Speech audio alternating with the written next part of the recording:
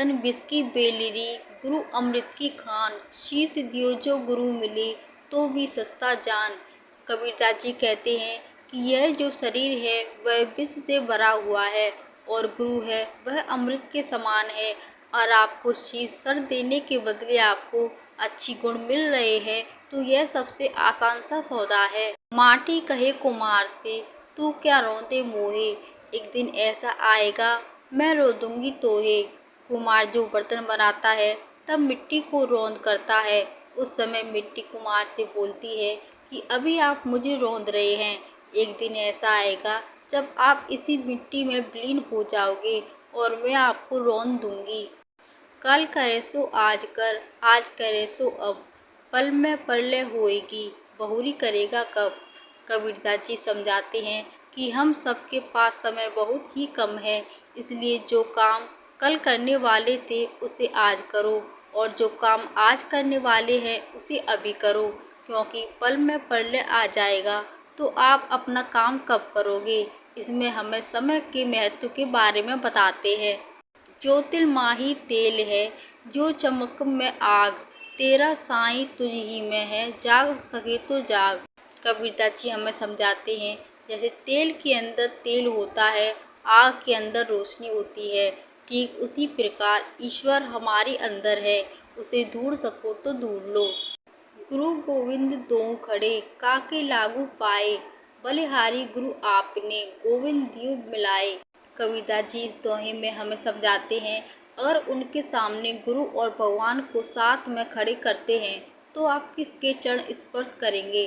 वो कहते हैं गुरु ने अपने ज्ञान से उन्हें भगवान से मिलने का रास्ता बताया है, तो उनके अनुसार गुरु ही की ही महिमा भगवान से ऊपर है, इसलिए वह गुरु के चरण स्पर्श करना चाहेंगे। सब धरती कागज करूँ, लेखनी सब बरनाज, सात समुंदर की मसी करूँ, गुरु गुण लिखा न जाए। कबीरदास जी कहते हैं अगर पूरी धरती के बराबर इतना बड़ा कागज बना दें और दुनिया की सभी वृक्षों को कलम बना लें और सातों समुंदर के बराबर सही बना लें, तो भी वह गुरु के गुणों को लिखना असंभव है। ऐसी वाणी बोलिए मन का आप खोए, औरन को शीतल करे आपो शीतल होए। कबीरदास जी कहते हैं कि हमें ऐसी वाणी बोलनी चाहिए जो सामने वाले को सुनने में अच्छा लगे और उन्हें सुख की अनुभूति हो और साथ ही खुद को भी आनंद का अनुभव हो।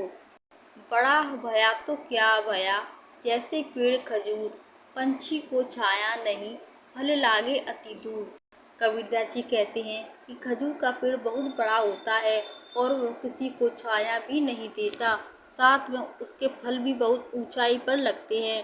ठीक उसी तरह अगर आप किसी का भी भला नहीं कर पा रहे हैं तो ऐसे बड़े होने का कोई फायदा नहीं है।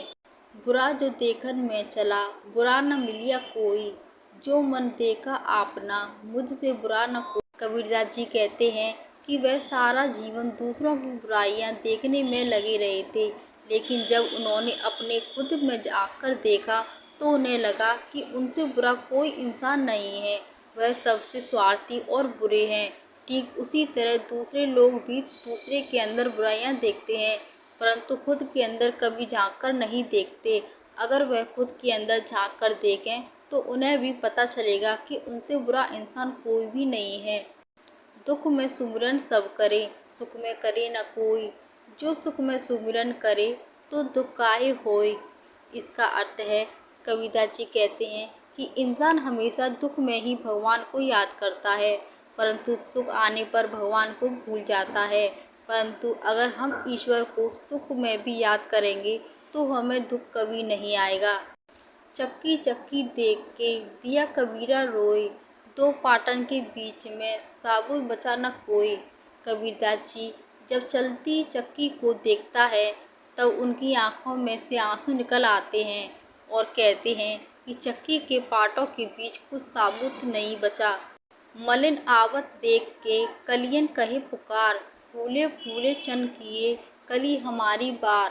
कबीरदास जी कहते हैं बगीचे में जब कलियां माली को आकर देखती है तब आपस में बातचीत करती है कि माली आज फूल तो तोड़ कर ले गया, फिर कल हमारी भी बारी आएगी। कबीरदास जी ये समझाना चाहते हैं कि आज जब जवान हैं तो कल आप भी बूढ़े हो जाओगे और मिट्टी में भी मिल जाओगे। जाति न पूछो साधु की, पूछ लीजिए ज्ञान, मोल करो तलवार का, पड़ा रहने दो म्यान।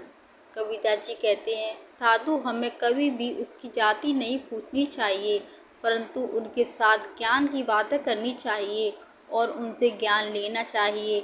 अगर मूल करना है तो तलवार से करो, म्यान को पड़े रहने दो। तीरथ गए से एक फल, संत मिले फल चार, सतगुरु मिले अनेक फल, कहे कबीर विचार।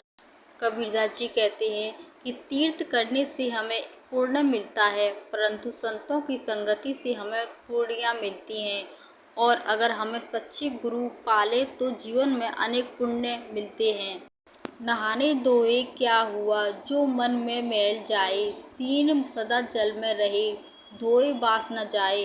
कबीरदास जी कहते हैं कि हम कितना भी ना धो लें, लेकिन मन साफ नहीं है तो नहाने का कोई फ़ायदा नहीं है। जैसे मछली हमेशा पानी में ही रहती है, परंतु वह साफ नहीं होती, हमेशा मछली में से तेज बदबू आती ही रहती है। कबीर सुता क्या करे, जागी न जय मुरारी, एक दिन तू भी सोवेगा, लंबे पाँव पसारी। कबीरदास जी हमें कहते हैं कि जो हमेशा सोया करता है, उठकर भगवान को याद कर, ईश्वर की भक्ति कर। एक दिन ऐसा आएगा जब तू लंबे समय तक सोए ही रह जाएगा।